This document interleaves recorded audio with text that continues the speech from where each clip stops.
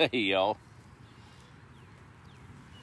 just an old East Texas boy trying to do a little farming, watching goats mow the pasture. I guess we're on a flurry, doing these a little more often. I guess that happens when the sun comes out and weather's a little nicer and you get a little tilling therapy underneath you. And that happened today for real. I kind of thought I heard Eye of the Tiger playing in the background, old Rocky. I don't know, either this is going to be a glorious victory or a washed out defeat. Either way, it'll be all right. But we got the peas replanted this morning. I got a ditch dug on the high side of the pasture, so maybe it'll hold. And I was able to weed some peas. They're about 6 inches high, so that should be all they need in the main row. But y'all look at that. Well, let me turn it around. Oh my, that one's creeping on me. I gotta watch him. He'll be all right. Yeah, Marshmallow is big and she's in trouble. Y'all remember my marigolds? Well, I got them planted today, and these goats have been pretty good about staying out of the garden. I'm not trusting it all the way, but that was a marigold about 15 minutes ago. Weeks of growth snapped away by Marshmallow in about 10 seconds. But I knew better, but it is what it is. It'll be all right. What shocked me is all those watermelons and cantaloupes over there. They're about 6 inches high, nice and green in a field of dirt. And I watched JoJo, one of the does, walk up to it, and I was starting over there for her to get her off of it. She sniffed the watermelon plant, didn't want none of it. But marigolds, apparently, they like. So I guess we'll have to watch that. Anyway, it's been a good day on the farm. Now, the two little show goats that I got, if y'all remember them, they've been fixed and really have no value other than just pets and a feed bill and looking cute. They have discovered they like peas. Now, my other goats stay out of it, but the other ones take off after the peas, so they are on lockdown and will probably be so for quite some time until we can get that handled. Well, so I left the water on. Guess I better turn that off if I want to be able to pay that bill. But just giving them some fresh water. It's funny, I thought about it, show goats or show ponies. I had a good buddy I was talking with, runs a big company and requires some hard labor and working with steel and things. And we was talking about people that are built, men that are, muscular and built, if you will. He said he hired an old boy one time that was a weightlifter. Looked good, smelled good, and looked like he'd lift a semi-truck. Showed up on the job, and there was some little guys there, probably about my size, getting work done. And the boss walked up to his new big muscular guy and said, hey man, I need you to get on the other end of that coda. He said, man, I can't. I said, what do you mean you can't? He said, I'm a show pony. I don't have the strength. It just looks good. Well, I'm not no show pony, but I'll get it done. That tickled me. I'd not heard that before, for sure. But I was thinking today as I been blessed this year with all these tools and big old tractor and tiller and the means to plow up a big old plot of land. But it just didn't working out like it was when I was doing it on a smaller scale, about a quarter of this size. But got my walk behind planter, can plant a double row of peas in probably, 10 minutes. Before it was poking holes in the ground and putting them in by hand. But I gotta say, that was the prettiest garden I had yet. Now that I got smart with all these tools, there ain't nothing but a bunch of dirt out there. But I got after it. No matter how big the tool is, sometimes it's a little bit of a delicate work, and that was the case with those peas. You can do a little hoeing, but there's no way to get up close to that plant where it matters and get that weed right out from the stem. So hands and knees and dirty face, and we got that row done. I've decided I'm gonna have to take one a day. I don't know what this, boy, get off of that tractor now. Get off of there now. Excuse me, y'all. You're gonna get down now. Don't make me turn it on, you'll run. All right, he's gone. Old silly thing. Oh well. DW. Rising to his natural level. I guess I should have called him Water, maybe. I don't know. Anyway, it hit me that no matter how big the tool, sometimes we have to use the tools that we were born with, our two hands. Then I got to thinking about seeing the marketer's dream. I don't think anybody really cottons if it was advertised that it was factory made. You gotta have it, but driving down an old country road and come up on a makeshift restaurant and it says homemade pies, handcrafted arts and crafts. You don't stop there, because the value of handcrafted and homemade's a whole nother ball game. Good stuff. One of the heroes in my life worked for him at Brookshire Brothers, and he hadn't changed a bit. Still owe him a breakfast at Denny's in Henderson. Got to make that happen pretty quick.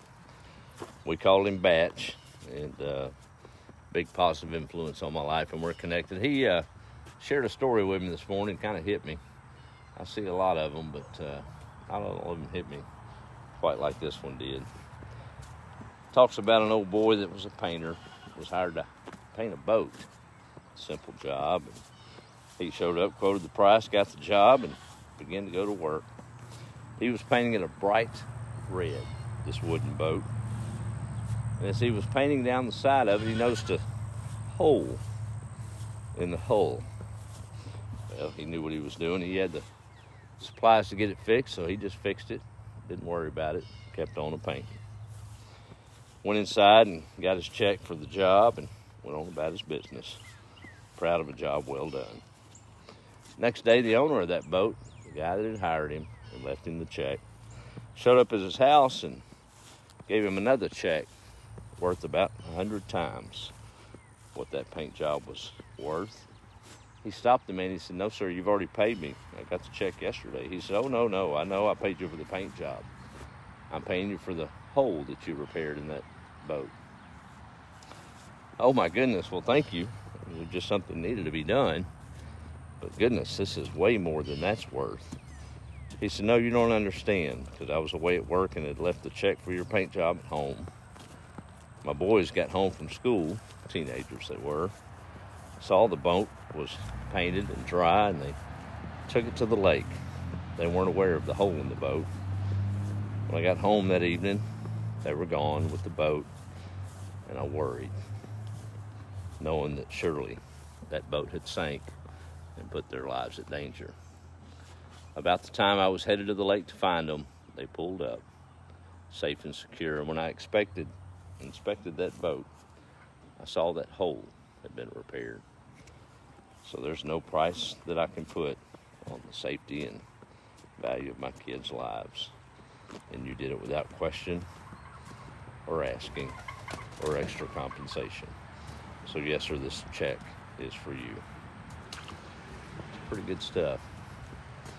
I think that's how we ought to look at things, huh? Maybe that genuine greeting to someone you don't know as you pass, or maybe it's that coworker that you listen to their problems a little bit and try to offer them some encouragement.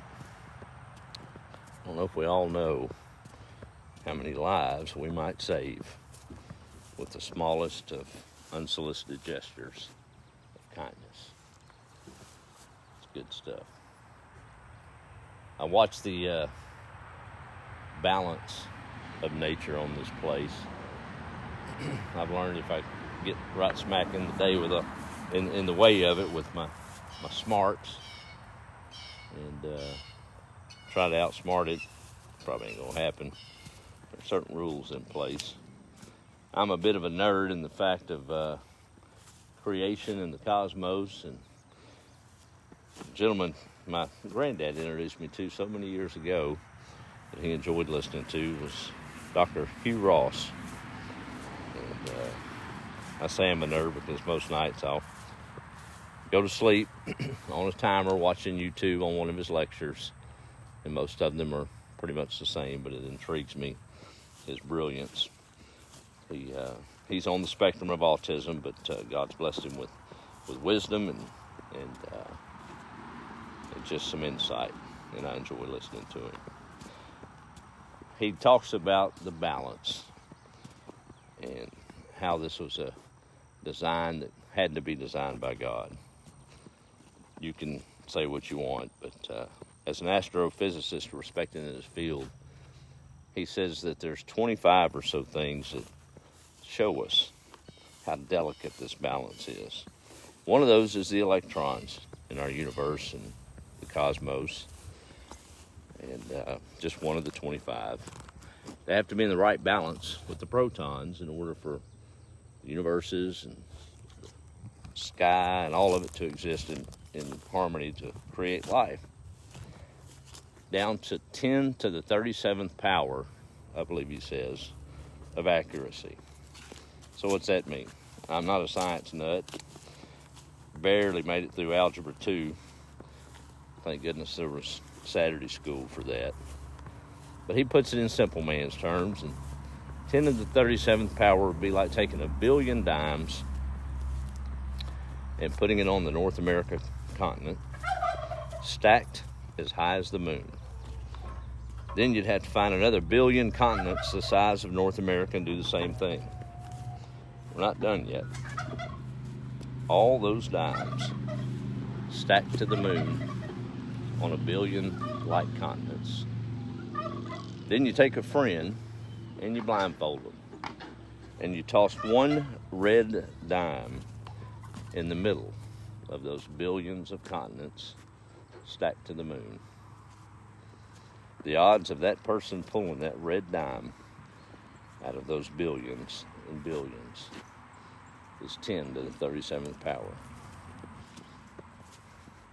I don't have to have it that complex to know that there's a designer, and he cares for all of us, doesn't he? Good stuff. Well, we're just going to wait on the rain. It's going to happen all week, and I guess I'll figure out about Wednesday whether I'm going to be trying to channel my inner Rocky or just going to the store to buy my peas this year. Either way, it's going to be all right. But things are quietening down on the farm for the evening. I'm going to do a quick roll call. I missed a very important one last video, and I do not know how I missed it. So whether she is or isn't on tonight, we'll find out in a minute. But if she isn't, an extremely big shout out to a good friend and sister to my little wildflower down in Georgetown, Miss Melanie. So appreciate you checking in. I don't know how I missed that comment. Facebook has changed some things, and sometimes I get to scroll and I just roll right past it. But I hope I'm out of the doghouse on that one. Maybe so. Maybe so. All right. Well, I did a count today. We've got about 11 10-week-old babies out here in the condo, and 23 more behind them in there in the brooder with 8 turkeys. We did okay, didn't we? 8 turkeys. I left that one hen. She decided to brood here about 15 days ago. I'm glad I didn't give her all her eggs because the poor thing ain't got no sense. I put her in the back, and she had 1 egg she wanted to sit on. So she's back there all by herself, her own food, her own water. Silly thing, I went out there this morning and looked, and she done moved to the next nest over. I shouldn't laugh, it's just so silly. She left her egg in the other one. So here's the egg sitting there 15 days in with no heat because she got the nest mixed up like How do you do that? It's a pretty big bump. Anyway, I moved the egg because she wasn't moving back, so I ain't got high hopes for that one, but we'll see. I'm just glad I grabbed the other 18 that she laid and kind of got a hold of that. But, poor thing ain't the smartest thing in the coop, but oh well. I guess we have to have helpers along the way, don't we? So we did that. Well, I hope my other marigolds survive. They're deep enough in the pasture that maybe old Marshmallow won't get brave enough to walk out there, but I have to keep a sharp eye on that girl. She's probably mad because I ain't took her to town in a while. That's probably what it is.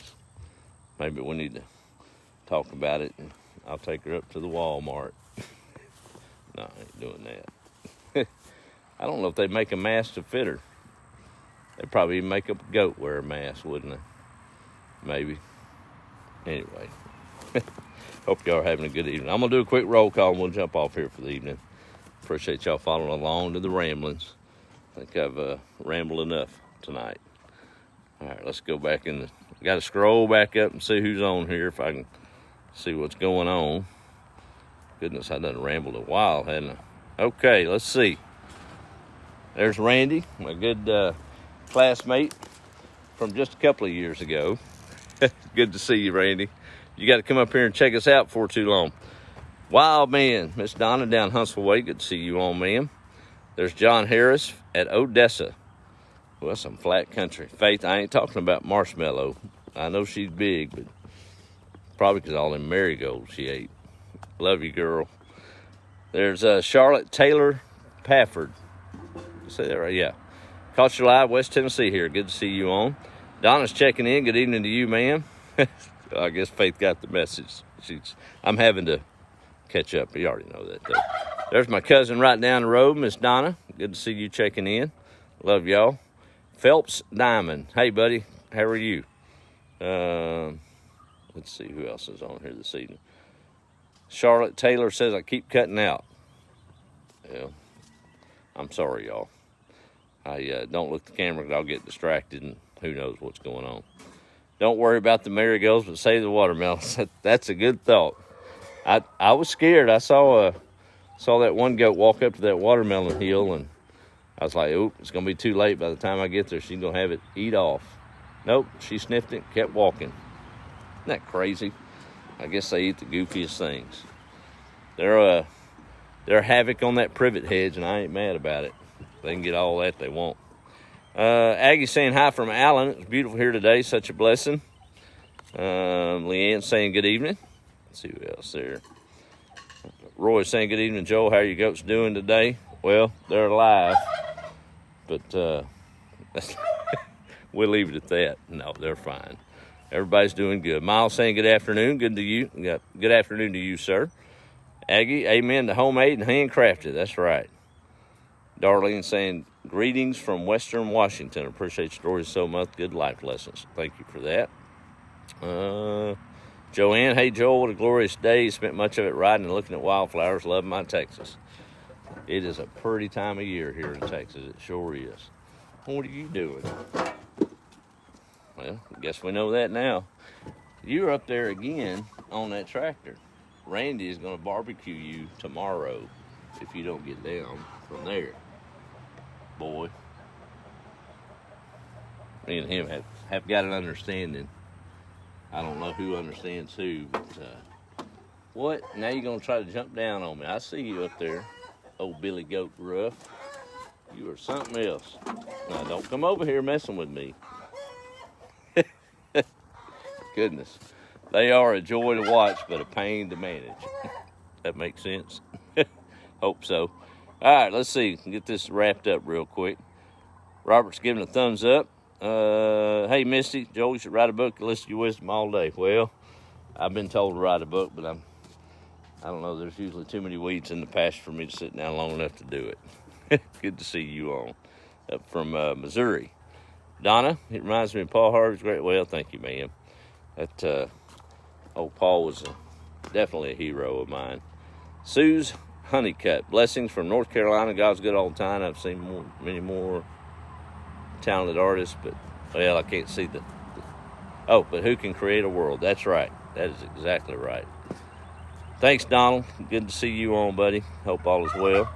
My good pirate down in Lafayette, Miss Chris, popping in to say hey, back on the boat. Well, hope y'all, they're doing a lot of rescue work over that Seacor disaster. A lot of folks have given up, but those are their people, and I understand the passion. So blessings for finding and getting some answers on all that.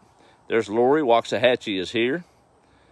Okay, I think I've got everybody. There's Teddy. Happy Saturday evening from Carolina Hills.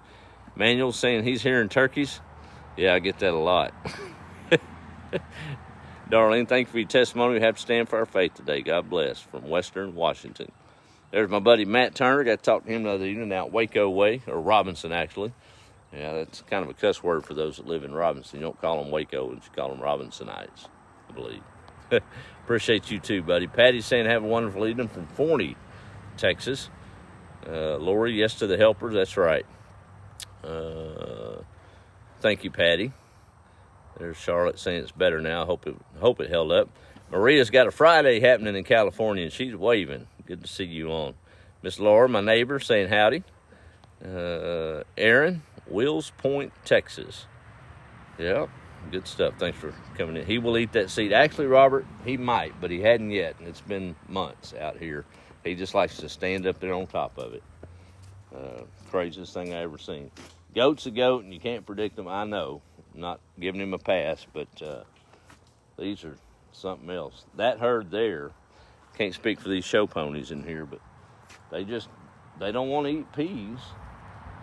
These will, but those won't. I can't figure it out. Last year I let them out in the garden after it dried up. It was still good plants, and they wouldn't touch it. They want the trash. Not that a marigold's trash, but that's kind of an odor to it, but I guess that one kind of likes it. Yeah, she'll get a pass. She's cute enough, right? Still have to watch them, though. You do. Sheila saying, glad to see you again. There's Billy saying howdy. Let's see. And Sheila said, wish there were more people like me. Well, there is. There's a lot of them. A lot of them. So maybe we can try to find the holes in the boat we're painting. We never know, do we? So be the light and be that bright spot in somebody's life. It's easy to do if you just give it an effort, isn't it? Sometimes you got to get your hands dirty. Earlier I looked in the mirror and I had dirt. I mean, I had it all over my face now. It's still pretty muddy, but I had to send a picture to my wildflower down Georgetown way, and she said, have you taken a shower yet? I haven't. I did wash my face, so there's that. But, I'll get that done directly. Just had a little bit more work to do. All right, y'all have a good evening. Be the light. Have a good weekend, and guess we'll see you on the next, hopefully not a washout. That's what we're hoping for. Good night.